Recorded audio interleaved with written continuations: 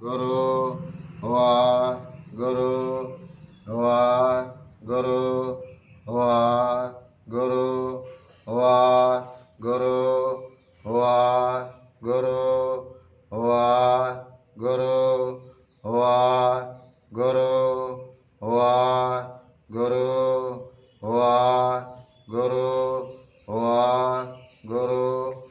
सत्कारयोग अकाल पुरख वाहिगुरु ਉਹਨਾਂ ਦੇ ਹੁਕਮਾਂ ਅਨੁਸਾਰ ਸਜਾਈ ਗਈ ਸ੍ਰਿਸ਼ਟੀ ਵਿੱਚ ਕਲਯੁਗ ਦੇ ਸਮੇਂ ਗੁਰੂ ਜੀ ਦੀ ਅਗਵਾਈ ਕਰ ਰਹੇ ਧੰਨ ਧੰਨ ਸ੍ਰੀ ਗੁਰੂ ਗ੍ਰੰਥ ਸਾਹਿਬ ਜੀ ਤੇ ਸਮੂਹ ਸੰਗਤ ਵਾਹਿਗੁਰੂ ਜੀ ਕਾ ਖਾਲਸਾ ਵਾਹਿਗੁਰੂ ਜੀ ਕੀ ਫਤਿਹ।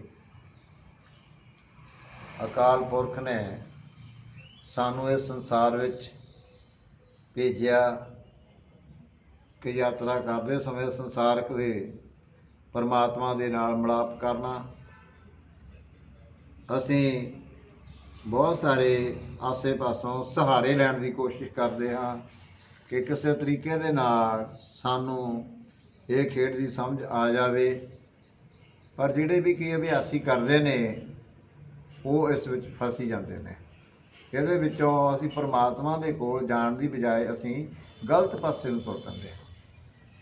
हुंदा असल दे विच की है कि जिवें असी गुरबाणी पढ़ते हाँ कि सानू गुरबाणी की समझ नहीं आती कि असी की करिए।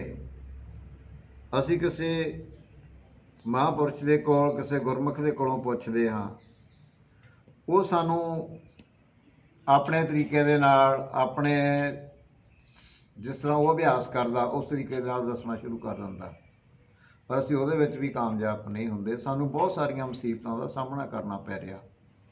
तां गुरु ग्रंथ साहिब जी समझाउंदे ने, वो कहंदे ने भाई तूं भटक ना। वो कहंदे ने भी तूं जिहदे नाल गल करनी आ किहदे नाल करेंगा। तां वो कहंदे ने पूछो संतो मेरा ठाकर कैसा। कहंदे जिहदे कोलों तूं इह पुछना चाहुंदा आ ਉਹਨੂੰ ਪਹਿਲਾਂ ਇੰਨੀ ਗੱਲ ਪੁੱਛ ਲਿਆ ਕਰ ਕਿ ਤੂੰ ਮੇਰਾ ਠਾਕਰ ਜਿਹੜਾ ਦੇਖਿਆ। ਪੁੱਛੋ ਸੰਤੋ ਮੇਰਾ ਠਾਕਰ ਕੈਸਾ। ਸੋ ਗੁਰਮੁਖ ਪਿਆਰਿਓ, ਜਿਹੜੇ ਗੁਰਮੁਖ ਪਿਆਰੇ ਨੇ ਇਸ ਨੂੰ ਦੇਖਿਆ ਹੋਏਗਾ, ਅਕਾਲ ਪੁਰਖ ਪਰਮਾਤਮਾ ਵਾਹਿਗੁਰੂ ਦੇ ਨਾਲ ਮਿਲਾਪ ਕਰ ਲਿਆ ਹੋਵੇਗਾ, ਉਹ ਤਾਂ ਤੁਹਾਨੂੰ ਦੱਸ ਦਊਗਾ, ਸਮਝਾ ਦਊਗਾ, ਨਹੀਂ ਤੇ ਨਹੀਂ।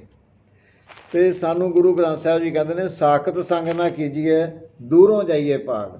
ਉਹ ਕਹਿੰਦੇ ਵੀ ਜਿਹੜਾ ਸਾਖਤ ਆ ਉਹਦੀ ਸੰਗਤ ਨਾ ਕਰੋ, ਉਹ ਤੋਂ ਦੂਰ ਚਲੇ ਜਾਓ। ਉਹ ਕਹਿੰਦੇ ਨੇ ਸਾਖਤ ਤੇ ਸੂਕਰ ਭਲਾ ਆਸ਼ਾ ਰੱਖੇ ਗਾਉ। ਕਹਿੰਦੇ ਉਸ ਜਿਹਾ ਪ੍ਰਾਣੀ ਦੇ ਨਾਲੋਂ ਤਾਂ ਸੂਰ ਚੰਗਾ, ਜਿਹੜਾ ਕਿ ਆਪਣੇ ਗਾਂਵ ਨੂੰ ਜਿੱਥੇ ਉਹ ਰਹਿ ਰਿਹਾ ਉਹਨੂੰ ਗੰਦ ਖਾ ਕੇ ਸਫਾਈ ਤਾਂ ਕਰ ਰਿਹਾ, ਆਸ਼ਾ ਰੱਖ ਕੇ ਗਾਉ। ਤਾਂ ਸਾਨੂੰ ਜੇਕਰ ਸੰਗਤ ਕਰਨੀ ਪੈਂਦੀ ਹੈਗੀ ਆ ਤਾਂ ਅਸੀਂ ਉਸ ਨੂੰ ਸਪਸ਼ਟ ਪੁੱਛ ਲਈਏ ਕਿ ਕੀ ਤੂੰ ਇਸ ਮਾਰਗ 'ਤੇ ਚੱਲ ਕੇ ਤੂੰ ਇਹ ਪ੍ਰਾਪਤੀ ਕਰ ਲਈ ਆ, ਤਾਂ ਫਿਰ ਸਾਨੂੰ ਉਹ ਸਮਝਾ ਸਕਦਾ ਹੈਗਾ, ਨਹੀਂ ਤਾਂ ਨਹੀਂ। ਹੁਣ ਜਿਵੇਂ ਆਪਾਂ ਗੁਰਬਾਣੀ ਦੇ ਰਾਹੀਂ ਪਹਿਲਾਂ ਆਪਾਂ ਸਿਮਰਨ ਕਰਕੇ ਸਵਾਸ ਗ੍ਰਾਸ ਸਿਮਰਨ ਕੀਤਾ ਸੀ। ਇਹ ਅਸੀਂ ਸਵਾਸ ਗ੍ਰਾਸ ਅਸੀਂ ਸਿਮਰਨ ਕਰਕੇ ਅਸੀਂ ਗੁਰਮੰਤਰ ਦ੍ਰਿੜ ਕਰ ਲਿਆ। ਗੁਰਮੰਤਰ ਦ੍ਰਿੜ ਕਰਕੇ ਅਸੀਂ ਹੁਣ ਅਨੰਦ ਸ਼ਬਦ ਪ੍ਰਾਪਤ ਕਰਨਾ ਸੀ, ਜਿਸ ਨੂੰ ਸੱਚੀ ਬਾਣੀ ਕਹਿੰਦੇ। ਜਿਹੜੀ ਤੁਰਕੀ ਬਾਣੀ ਹੈ, ਅਸੀਂ ਉਸ ਆਵਾਜ਼ ਨੂੰ ਜਿਹੜੇ ਬੰਦਾ ਆਪ ਸੁਣਿਆ ਹੋਇਆ ਹੋਵੇ ਉਹ ਵੀ ਤਰੀਕਾ ਵੀ ਦੱਸ ਸਕਦਾ ਕਿ ਕਿਹੜੇ ਤਰੀਕੇ ਦੇ ਨਾਲ ਸਾਨੂੰ ਇਹ ਆਨੰਦ ਸ਼ਬਦ ਸਾਡੇ ਅੰਦਰੋਂ ਸਾਨੂੰ ਸੁਣਾਈ ਦਊਗਾ। ਸੋ ਇਸ ਤਰ੍ਹਾਂ ਕਿਸੇ ਬੰਦੇ ਦੇ ਕੋਲੋਂ ਪੁੱਛ ਲੈਣਾ ਕੋਈ ਗੁਨਾਹ ਨਹੀਂ ਹੈਗਾ। ਗੁਰੂ ਗ੍ਰੰਥ ਸਾਹਿਬ ਜੀ ਬਹੁਤ ਸਾਰੀਆਂ ਐਗਜ਼ਾਮਪਲਾਂ ਆਪਾਂ ਨੂੰ ਦੇ ਕੇ ਸਮਝਾਉਂਦੇ ਨੇ ਕਿ ਭਾਈ ਕਿ ਤੁਸੀਂ ਜਿਹੜੀ ਹੈਗੀ ਆ ਸੰਗਤ ਕਰਨੀ ਹੈਗੀ ਆ, ਕਿ ਤੁਸੀਂ ਵਿਚਾਰ ਕਰਨੀ ਹੈਗੀ ਆ ਮਿਲ ਗੁਰ ਚੰਕੇ ਉਤਾਰਨ ਵਾਸਤੇ। ਸਾਨੂੰ ਕਿਸ ਤਰ੍ਹਾਂ ਅਸੀਂ ਸਭਾ ਵਿਛਾ ਕੇ ਬੈਠ ਜਾਣਾ ਹੈਗਾ ਆ, ਗੁਰਮੁਖ ਨੂੰ ਮਿਲ ਕੇ ਤੁਸੀਂ ਉਹਨਾਂ ਨੂੰ ਪਤਾ ਕਰ ਲੈਣਾ, ਆਪਣੀਆਂ ਵਿਚਾਰ ਉਹਦੇ ਨਾਲ ਕਰ ਲੈਣੀ, ਇਹ ਕਰਨਾ ਸਾਨੂੰ ਦੱਸਿਆ ਹੈਗਾ। ਅਸੀਂ ਉਸ ਬੰਦੇ ਨੂੰ ਗੁਰੂ ਮੰਨਣ ਦੇ ਬਾਰੇ ਆ ਉਹਨਾਂ ਨੇ ਮਨਾ ਕੀਤਾ ਕਿ ਉਸ ਬੰਦੇ ਨੂੰ ਗੁਰੂ ਨਹੀਂ ਮੰਨਣਾ। ਆਪਾਂ ਗੁਰੂ ਤਾਂ ਗੁਰੂ ਗ੍ਰੰਥ ਸਾਹਿਬ ਜੀ ਨੂੰ ਹੀ ਮੰਨਦੇ ਹਾਂ, ਪਰ ਜਿਹੜਾ ਪ੍ਰਾਣੀ ਸਾਨੂੰ ਸਮਝਾਉਂਦਾ ਹੈਗਾ ਉਹ ਸਾਡਾ ਮਿੱਤਰ ਹੈ। ਮੇਰੇ ਪ੍ਰੀਤਮ ਕੀ ਕੋਈ ਬਾਤ ਸੁਣਾਵੇ ਸੋ ਭਾਈ ਮੇਰਾ ਵੀਰ। ਅਸਲ ਦੇ ਵਿੱਚ ਉਹ ਸਾਡਾ ਵੀਰ ਹੁੰਦਾ ਹੈਗਾ, ਨਾ ਕਿ ਗੁਰੂ। ਨਹੀਂ ਤਾਂ ਉਹਨਾਂ ਕਹਿਣਾ ਮੇਰੇ ਪ੍ਰੀਤਮ ਕੀ ਕੋਈ ਬਾਤ ਸੁਣਾਵੇ ਸੋ ਸਾਡਾ ਗੁਰੂ। ਇਸ ਕਰਕੇ ਗੁਰੂ ਦਾ ਨਹੀਂ, ਉਹ ਸਾਡਾ ਮਿੱਤਰ ਆ, ਉਹ ਸਾਡਾ ਭਾਈ ਆ। ਹੁਣ ਅਸੀਂ ਜਿਸ ਵੇਲੇ ਆਨੰਦ ਸ਼ਬਦ ਸੁਣਨੇ ਹੈਗੇ ਆ ਤੇ ਇਹਦਾ ਤਰੀਕਾ ਕੀ ਆ। ਅਸੀਂ ਸੁਣਨ ਦੇ ਵਿੱਚੋਂ ਜਾ ਕੇ ਅਸੀਂ ਇਨਾਮ ਦੀ ਪ੍ਰਾਪਤੀ ਕਰ ਰਹੇ ਹੈਗੇ ਹਾਂ। ਸਾਨੂੰ ਇਸ ਦਾ ਬਿਲਕੁਲ ਭੇਦ ਨਹੀਂ ਕਿ ਅਸੀਂ ਕਿਹੜੇ ਤਰੀਕੇ ਦੇ ਨਾਲ ਕਰੀਏ। ਤਾਂ ਗੁਰੂ ਗ੍ਰੰਥ ਸਾਹਿਬ ਜੀ ਸਾਨੂੰ ਸਮਝਾਉਂਦੇ ਨੇ, ਉਹ ਕਹਿੰਦੇ ਨੇ ਭਾਈ ਕਿ ਈੜਾ ਪਿੰਗਲਾ ਔਰ ਸੁਖਮਣਾ ਪਵਨੇ ਬੰਦ ਰਹਾਓਗੇ, ਚੰਦ ਸੂਰਜ ਦੇ ਸਮਕਾ ਰੱਖਿਓ ਬ੍ਰਹਮ ਜੋਤ ਮਿਲ ਜਾਓਗੇ। ਆਪਾਂ ਵਿਚਾਰ ਕੀਤੀ ਸੀ ਕਿ ਅਸੀਂ ਪੌਣ ਨੂੰ ਕਿੱਦਾਂ ਸਮ ਕਰਨਾ। ਅਸੀਂ ਜਿਸ ਵੇਲੇ ਪ੍ਰੈਕਟੀਕਲ ਕਰਾਂਗੇ ਤਾਂ ਇਹ ਸਾਡਾ ਜਿਹੜਾ ਸਵਾਸ ਦਾ ਦੱਸਿਆ ਸੀ ਕਿ ਸਾਡਾ ਦੋਨਾਂ ਨਸਾਂ ਦੇ ਰਾਹੀਂ ਬਰਾਬਰ ਆਉਣਾ ਸ਼ੁਰੂ ਹੋ ਜਾਏਗਾ, ਤਾਂ ਸਾਡੀ ਪੌਣ ਵੀ ਸਮ ਹੋ ਜਾਏਗੀ। ਹੁਣ ਜਿਹੜਾ ਸਾਨੂੰ ਉਹਨਾਂ ਨੇ ਆਖਿਆ ਕਿ ਈੜਾ ਪਿੰਗਲਾ ਔਰ ਸੁਖਮਣਾ ਪਵਨੇ ਬੰਦ ਰਹਾਓਗੇ, ਈੜਾ ਸੁਖਮਣਾ ਤੇ ਪੌਣ ਜਿਹੜੇ ਤਿੰਨ ਦਰਿਆ ਸਾਡੇ ਜਿਹੜੇ ਇੱਥੇ ਸਾਡੇ ਆ ਕੇ ਤਰਵੈਣੀ ਬਣਦੀ ਆ, ਅਸੀਂ ਉਸ ਦੇ ਉੱਤੇ ਇਸ਼ਨਾਨ ਕਰਦੇ ਹੈਗੇ ਆ। ਗੁਰੂ ਗ੍ਰੰਥ ਸਾਹਿਬ ਜੀ ਦੱਸਦੇ ਨੇ ਕਿ ਆਪਾਂ ਜਿਸ ਵੇਲੇ ਇਹ ਦਰਿਆ ਇਕੱਠੇ ਹੁੰਦੇ ਹੈਗੇ ਨੇ, ਜਿੱਦਾਂ ਬਿਆਸਾ, ਜਮਨਾ ਤੇ ਸਰਸਾ, ਜਿਹੜੀ ਸਰਸਾ ਨਦੀ ਹੈਗੀ ਆ ਇਹ ਜਾ ਕੇ ਗੰਗਾ ਵਿੱਚ ਪੈਂਦੀ ਆ ਤਾਂ ਉਹ ਗੰਗਾ ਬਣ ਜਾਂਦੀ ਆ। ਇਹ ਇਲਾਹਾਬਾਦ ਜਾ ਕੇ ਬਣਦੀ ਆ। ਜਿਸ ਵੇਲੇ ਪਰਲੋ ਆਈ ਸੀ ਉਸ ਵੇਲੇ ਉੱਥੇ ਲੋਪ ਹੋ ਗਈ ਸੀ, ਲੇਕਿਨ ਉਹ ਗੰਗਾ ਦੇ ਵਿੱਚ ਪਈ ਹੋਈ ਆਪਾਂ ਹੁਣ ਵੀ ਮਨ ਵਿੱਚ ਦੇਖ ਸਕਦੇ ਹਾਂ। ਉਹ ਹੁਣ ਜਿਹੜਾ ਹੈਗਾ ਜੀ ਕਿ ਸਾਨੂੰ ਇਹ ਭੇਦ ਨਾ ਹੋਣ ਦਾ ਕਾਰਨ ਕਰਕੇ ਕਿ ਅਸੀਂ ਵੀ ਆਨੰਦ ਸ਼ਬਦ ਪ੍ਰਾਪਤ ਕਰਨਾ, ਪ੍ਰੈਕਟੀਕਲੀ ਪਰਮਾਤਮਾ ਦੇ ਨਾਮ ਨੂੰ ਪ੍ਰਾਪਤ ਕਰਨਾ ਜਿਹੜਾ ਕਿ ਸਾਡੇ ਅੰਦਰ ਚੱਲ ਰਿਹਾ, ਜਿਸ ਨੂੰ ਅਸੀਂ ਅਜੱਪਾ ਜਾਪ ਵੀ ਕਹਿੰਦੇ ਹੈਗੇ ਆ। ਬਹੁਤ ਸਾਰੇ ਇਹਦੇ ਨਾਮ ਰੱਖੇ ਹੋਏ ਹੈਗੇ ਨੇ।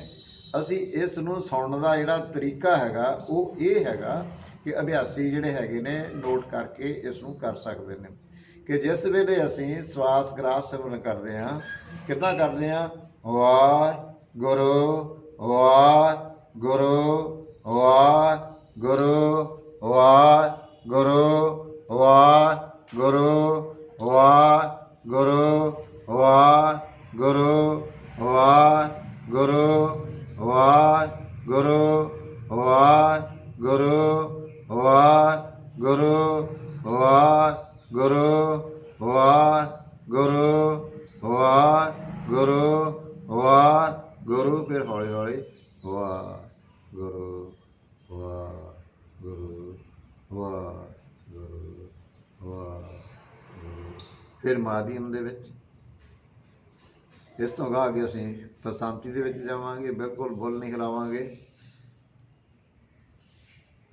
ਹਰ ਸਵਾਸ ਦੇ ਨਾਲ ਅਸੀਂ ਸਿਮਰਨ ਕਰਾਂਗੇ। ਹੁਣ ਜਿਸ ਵੇਲੇ ਆਪਾਂ ਅਨੰਦ ਸ਼ਬਦ ਦੀ ਪ੍ਰਾਪਤੀ ਕਰਨੀ, ਆਪਣੇ ਅੰਦਰੋਂ ਪਰਮਾਤਮਾ ਦੇ ਨਾਮ ਦੀ ਪ੍ਰਾਪਤੀ ਕਰਨੀ ਆ, ਤੇ ਸਾਨੂੰ ਮਾੜਾ ਜਿਹਾ ਸਵਾਸ ਅਸੀਂ ਰੋਕ ਲਾਂਗੇ। ਜਿਵੇਂ ਕਿ ਕੋਈ ਵੀ ਵਿਚਾਰ ਕਰਦੇ, ਕੰਮ ਕਾਰ ਕਰਦੇ, ਅਸੀਂ ਥੋੜ੍ਹੀ ਜਿਹੀ ਚੀਜ਼ ਨੂੰ ਅਸੀਂ ਧਿਆਨ ਦੇ ਵਿੱਚ ਲੈਣਾ ਹੋਵੇ ਤਾਂ ਅਸੀਂ ਇੱਕਦਮ ਸਵਾਸ ਰੋਕ ਲੈਂਦੇ ਹਾਂ। ਮੰਨ ਲਓ ਸੂਈ ਵਿੱਚ ਧਾਗਾ ਹੀ ਪਾਉਣਾ, ਤੇ ਜੇਕਰ ਅਸੀਂ ਸਵਾਸ ਨੂੰ ਰੋਕਾਂਗੇ ਨਹੀਂ ਤਾਂ ਅਸੀਂ ਹਿੱਲ ਜਾਵਾਂਗੇ, ਤਾਂ ਸਾਡਾ ਧਾਗਾ ਜਿਹੜਾ ਸੂਈ ਤਾਂ ਨਹੀਂ ਪਏਗਾ। ਇਸੇ ਤਰ੍ਹਾਂ ਹੀ ਕਿ ਅਸੀਂ ਆਪਣੇ ਪੈਰਾਂ ਦੇ ਪੰਜਾਂ ਦੇ ਭਾਰ ਜੇਕਰ ਖੜੇ ਹੁੰਦੇ ਹੈਗੇ ਆ, ਤਾਂ ਅਸੀਂ ਜਦੋਂ ਸਵਾਸ ਲੈ ਲਾਂਗੇ ਤਾਂ ਸਾਡੇ ਸਰੀਰ ਦਾ ਬੈਲੈਂਸ ਜਿਹੜਾ ਸੀਗਾ ਕਿਸੇ ਪਾਸੇ ਨੂੰ ਉਲਟ ਜਾਂਦਾ। ਕਹਿਣ ਤੋਂ ਭਾਵ ਕਿ ਅਸੀਂ ਸਵਾਸ ਨੂੰ ਥੋੜ੍ਹੇ ਜਿਹਾ ਸਮੇਂ ਲਈ ਰੋਕਾਂਗੇ। ਕੰਨਾਂ ਦੇ ਨਾਲ ਧਿਆਨ ਦੇ ਨਾਲ ਅਸੀਂ ਸੁਣਾਂਗੇ। ਜਿਸ ਵੇਲੇ ਕੰਨਾਂ ਦੇ ਨਾਲ ਅਸੀਂ ਸੁਣਾਂਗੇ ਤਾਂ ਸਾਨੂੰ ਸਾਡੇ ਅੰਦਰੋਂ ਇੱਕ ਆਵਾਜ਼ ਸੁਣਾਈ ਦੇਗੀ। ਉਹ ਆਵਾਜ਼ ਤੁਸੀਂ ਆਪ ਖੁਦ ਹੀ ਦੱਸ ਸਕਦੇ ਆ, ਹੋਰ ਕੋਈ ਵੀ ਪ੍ਰਾਣੀ ਜਿਹੜਾ ਹੈਗਾ ਉਸ ਆਵਾਜ਼ ਨੂੰ, ਤੁਹਾਡੀ ਆਵਾਜ਼ ਨੂੰ ਇਸ ਤਰੀਕੇ ਦੇ ਨਾਲ ਨਹੀਂ ਸੁਣ ਸਕਦਾ। ਜਿਸ ਵੇਲੇ ਸਾਡੀ ਇਹ ਅਵਸਥਾ ਹੋ ਜਾਏਗੀ, ਬਣ ਜਾਏਗੀ, ਇੰਨਾ ਜ਼ਿਆਦਾ ਅਸੀਂ ਪ੍ਰੈਕਟਿਸ ਕਰ ਲਿਆ, ਫਿਰ ਤਾਂ ਤੁਸੀਂ ਜਿਹੜਾ ਹੈਗਾ ਆ, ਜਿਹੜੀ ਚੀਜ਼ ਦੇ ਨਾਲ ਮਰਜ਼ੀ ਹੀ ਕੰਨ ਲਾ ਕੇ ਉਸ ਨੂੰ ਇਹ ਆਵਾਜ਼, ਇਹਦੇ ਆਨੰਦ ਸ਼ਬਦ ਵੀ ਚੱਲਦੇ ਆ ਕਿ ਨਹੀਂ ਚੱਲਦੇ, ਤੁਸੀਂ ਦੇਖ ਸਕਦੇ ਹੈਗੇ ਆ, ਚੈੱਕ ਕਰ ਸਕਦੇ ਹੈਗੇ ਆ। ਪਰ ਆਪਣੀ ਇਹ ਅਵਸਥਾ ਬਣਾਉਣੀ ਪੈਗੀ, ਆਪਣਾ ਇਹ ਅਭਿਆਸ ਕਰਨਾ ਪਊਗਾ। ਉਸ ਤਰ੍ਹਾਂ ਸਾਨੂੰ ਇਹ ਪਤਾ ਨਹੀਂ ਲੱਗੂਗਾ ਕਿ ਜਿਹੜਾ ਹੈਗਾ ਕਿ ਇਸ ਪ੍ਰਾਣੀ ਨੂੰ ਸ਼ਬਦ ਜਿਹੜਾ ਹੈਗਾ ਮੈਂ ਕਿਸ ਤਰ੍ਹਾਂ ਦੇ ਦਿਆਂ, ਜਾਂ ਮੈਂ ਦੇ ਹੀ ਨਹੀਂ ਸਕਦਾ ਹੈਗਾ, ਕਿਉਂਕਿ ਪਰਮਾਤਮਾ ਦਾ ਨਾਮ ਆ ਅਤੇ ਪਰਮਾਤਮਾ ਨੇ ਸਾਡੇ ਅੰਦਰ ਰੱਖਿਆ ਹੋਇਆ ਹੈਗਾ। ਉਹ ਸਾਨੂੰ ਭੇਦ ਨਹੀਂ ਨਾ ਹੋਣ ਦਾ ਕਾਰਨ ਕਰਕੇ ਅਸੀਂ ਭਟਕਦੇ ਫਿਰਦੇ ਹੈਗੇ ਆ। ਇਹ ਚੀਜ਼ਾਂ ਜਿਹੜੀਆਂ ਸਿਖਾਉਣ ਦੇ ਵਾਸਤੇ ਕੁਝ ਗੁਰਮੁਖ ਹੈਗੇ ਨੇ ਜਿਹੜੇ ਪ੍ਰੈਕਟੀਕਲ ਕਰਾਉਂਦੇ ਨੇ, ਜਿਵੇਂ ਭਾਈ ਧਰਮਵੀਰ ਸਿੰਘ ਜੀ ਹੈਗੇ ਨੇ ਜਗਰਾਵਾਂ ਦੇ ਵਿੱਚ। ਉਹ ਜਿਹੜੇ ਹੈਗੇ ਆ ਉਹ ਪ੍ਰੈਕਟੀਕਲੀ ਅਸੀਂ ਸੱਚ ਨੂੰ ਕਿੱਦਾਂ ਦੇਖਣਾ, ਅੱਖਾਂ ਕਿੱਦਾਂ ਬਣਾਉਣੀਆਂ, ਆਨੰਦ ਸ਼ਬਦ ਕਿਸ ਤਰੀਕੇ ਦੇ ਨਾਲ ਸੁਣਨੇ ਹੈਗੇ ਆ, ਉਹ ਪ੍ਰੈਕਟੀਕਲ ਕਰਾਉਂਦੇ ਨੇ। ਉਹਨਾਂ ਦਾ ਜਿਹੜਾ ਹੈ ਘਰ ਤਾਂ ਜਿੱਥੋਂ ਨਾਨਕਸਰ ਗੁਰਦੁਆਰੇ ਦਾ ਮੋੜ ਆ ਉੱਥੇ ਹੀ ਆ, ਪਰ ਉਹਨਾਂ ਨੇ ਨਾਨਕਸਰ ਦੇ ਪਿਛਲੇ ਪਾਸੇ ਅੱਧਾ ਕਿਲੋਮੀਟਰ 'ਤੇ ਆਪ ਦਾ ਉਹਨਾਂ ਨੇ ਸੰਸਥਾ ਬਣਾਈ, ਜਗ੍ਹਾ ਬਣਾਈ ਹੋਈ ਹੈਗੀ ਆ, ਕਿ ਉਹ ਉੱਥੇ ਪ੍ਰੈਕਟੀਕਲ ਹੀ ਕਰਾਉਂਦੇ ਨੇ। ਇਸੇ ਤਰ੍ਹਾਂ ਹੀ ਜੰਡਿਆਲੇ ਹੈ ਡਿਪਟੀ ਸਿੰਘ ਜੀ, ਤੇ ਦਾਸ ਵੀ ਇਸੇ ਤਰ੍ਹਾਂ ਹੀ ਹੈ ਕਿ ਆਪਣਾ ਜਿਹੜਾ ਹੈਗਾ ਸੀ ਰਹਿਣ ਦਾ ਨਹੀਂ ਕੁਝ ਵੀ ਕਰ ਰਿਹਾ ਕਿ ਸਾਡੇ ਕੋਲ ਆਣ ਕੇ ਕੋਈ ਰਹੇ, ਸਾਡੀ ਸੇਵਾ ਕਰੇ ਜਾਂ ਇਸ ਤਰੀਕੇ ਦਾ ਕਰਾ। ਸੋ ਇੱਦਾਂ ਦੇ ਜਿਹੜੇ ਸੇਵਾ ਕਰਨ ਨੂੰ ਕਹਿੰਦੇ ਨੇ, ਤੁਸੀਂ ਆਪਣੇ ਜਿਹੜਾ ਕਰਾਉਣ ਦੀ ਸੇਵਾ ਕਰਾਉਣ ਦੇ ਚੱਕਰ ਵਿੱਚ ਪੈ ਜਾਂਦੇ ਆ। ਅਸੀਂ ਆਪਣੇ ਨਾਲ ਨਹੀਂ ਜੋੜਨਾ, ਅਕਾਲ ਪੁਰਖ ਦੇ ਨਾਲ ਜੋੜਨਾ। ਜੇਕਰ ਆਪਾਂ ਨਾਮ ਦੀ ਪ੍ਰਾਪਤੀ ਕਰਨੀ ਆ ਤਾਂ ਅਸੀਂ ਅਕਾਲ ਪੁਰਖ ਦੇ ਨਾਮ ਦੀ ਪ੍ਰਾਪਤੀ ਕਰਨੀ ਆ, ਮੇਰੇ ਨਾਮ ਦੀ ਨਹੀਂ। ਅਸੀਂ ਕਿਸੇ ਡੇਰੇ ਦੀ ਨਹੀਂ ਲੈਣੀ ਹੈਗੀ, ਅਸੀਂ ਪ੍ਰਾਪਤੀ ਕਰਨੀ, ਉਹਦੇ ਨਾਲ ਨਹੀਂ ਜੁੜਨਾ, ਕਿਸੇ ਬੰਦੇ ਨਾਲ ਨਹੀਂ ਜੁੜਨਾ। ਜੁੜਨਾ ਆ ਤਾਂ ਅਸੀਂ ਅਕਾਲ ਪੁਰਖ ਦੇ ਨਾਲ ਜੁੜਨਾ।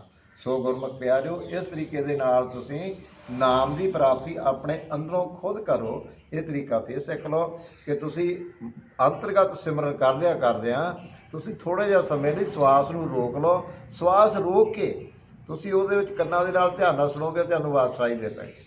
ਕਿਉਂਕਿ ਈੜਾ, ਪਿੰਗਲਾ ਔਰ ਸੁਖੜਾ ਪਵਨੇ ਬੰਦ ਰਹਾ ਹੋਵੇ, ਤਿੰਨੇ ਦਰਿਆ ਜਿਹੜੇ ਸੀਗੇ ਤੁਸੀਂ ਰੋਕ ਲਏ। ਕਿ ਸਾਡੇ ਜਿਹੜੇ ਸੀਗੇ ਇਹ ਜਦੋਂ ਪਾਉਣ ਦੇ ਨਾਲ ਹੀ ਤਾਂ ਚਾਲੂ ਹੋਇਆ ਸਾਰਾ। ਜਿਸ ਵੇਲੇ ਸਾਡੇ 9 ਦਰਵਾਜ਼ੇ ਜਿਹੜੇ ਸੀਗੇ ਸਾਡੇ ਖੁੱਲ੍ਹੇ ਹੈਗੇ, ਉਹ ਪਾਉਣ ਨਾਲ ਖੁੱਲ੍ਹੇ ਆ, ਅਤੇ ਪਾਉਣ ਦੇ ਨਾਲ ਇਹਨਾਂ ਨੂੰ ਬੰਦ ਕਰਨ ਨੂੰ ਕਹਿ ਦਿੱਤਾ ਗੁਰੂ ਜੀ ਨੇ। ਤੋ ਇਸ ਤਰੀਕੇ ਨਾਲ ਆਪਣਾ ਬੰਦ ਕਰਕੇ ਅਸੀਂ ਆਪਣੇ ਅੰਦਰੋਂ ਨਾਮ ਦੀ ਪ੍ਰਾਪਤੀ ਕਰ ਸਕਦੇ ਹਾਂ ਜੀ। ਆਪਾਂ ਨੂੰ ਇਹ ਨਾਮ ਜਿਹੜਾ ਹੈਗਾ ਪਰਮਾਤਮਾ ਨੇ ਸਾਡੇ ਅੰਦਰ ਪਹਿਲਾਂ ਹੀ ਹਰ ਜੀਵ ਨੂੰ ਦਿੱਤਾ ਹੋਇਆ, ਸਾਨੂੰ ਸੋਝੀ ਦਿੱਤੀ ਹੋਈ ਹੈਗੀ ਆ। ਅਸੀਂ ਉਸ ਦੀ ਵਰਤੋਂ ਕਰੀਏ ਅਤੇ ਆਪਣੇ ਅੰਦਰੋਂ ਹੀ ਪਰਮਾਤਮਾ ਦਾ ਨਾਮ ਦੀ ਪ੍ਰਾਪਤੀ ਕਰੀਏ। ਸੋ ਗੁਰਮੁਖ ਪਿਆਰਿਓ, ਇਹ ਵਿਚਾਰ ਕਰਦਿਆਂ ਏਕ ਨਹੀਂ ਅਨੇਕਾਂ ਪ੍ਰਕਾਰ ਦੀਆਂ ਗਲਤੀਆਂ ਹੋ ਗਈਆਂ ਹੋਣੀਆਂ। ਸੰਗਤ ਤੇ ਗੁਰੂ ਜੀ ਬਖਸ਼ਣ ਯੋਗ ਨੇ, ਬਖਸ਼ ਲੈਣਾ ਜੀ। ਜੇਕਰ ਜਿਹੜੀ ਕੋਈ ਗਲਤੀ ਹੋ ਗਈ ਹੋਵੇ ਉਹ ਮੈਨੂੰ ਦੱਸ ਦੇਣਾ ਹੈ, ਮੈਂ ਉਸ ਨੂੰ ਸੁਧਾਰ ਕੇ ਬਹੁਤ ਖੁਸ਼ੀ ਮਹਿਸੂਸ ਕਰਾਂਗਾ। ਮੇਰਾ ਨਾਮ ਭਾਈ ਗੁਰਮੇਲ ਸਿੰਘ, ਮੰਡ, ਪ੍ਰਭ ਕਾ ਸਿਮਰਨ ਕੇਂਦਰ ਮੰਡ। Telephone number 97 791 41501।